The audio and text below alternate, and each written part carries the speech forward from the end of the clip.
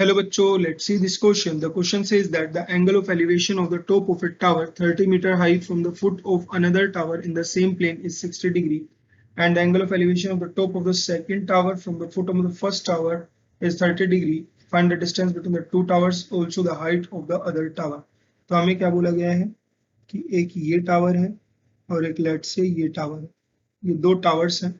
सबसे पहले तो हमसे ये दोनों टावर्स के बीच की डिस्टेंस पूछी गई है, ये हम क्लियर कर देते हैं। एक टावर है, उसकी हाइट हमें 30 मीटर गिवन है। The angle of elevation of the top of tower from top of the tower 30 metre high from the foot of another tower in the same plane is 60 degree. मतलब कहने का ये है कि अगर हम इसकी टावर की हाइट लेट से 30 मीटर है और अगर हम इसको किसी दूसरे टावर की फुट से देखते हैं तो एंगल ऑफ एलिवेशन जो बन रहा है दैट इज 60 डिग्रीज।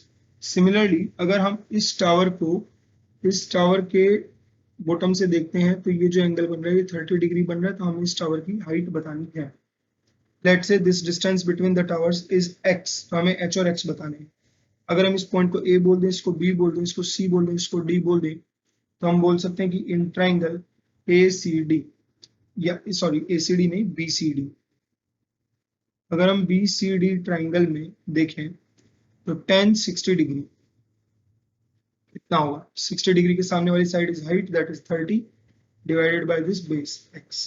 tan 60 कितना होता है हमारा √3 is equals to 30 divide by x।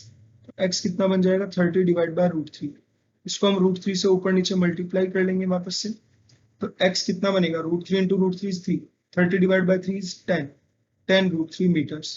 तो द डिस्टेंस बिटवीन टावर्स आ रही है दैट इज 10 √3 मीटर्स। आगे चलते हैं ट्राइंगल ABC में। इन ट्राइंगल ABC अगर हम देखें तो tan 30 डिग्री किसके इक्वल हो जाएगा हमारा? Perpendicular is h, base is x, h upon x। यहाँ से h को हम क्या लिख देंगे? x की जगह हम लिख देंगे tan √3 इंटू tan 30 डिग्री कितना होगा? 1 अपॉन √3। यहाँ से height of the another tower is 10 metres. तो हम यहाँ से क्या बोल सकते हैं? Hence height of tower is 10 meter and the distance between towers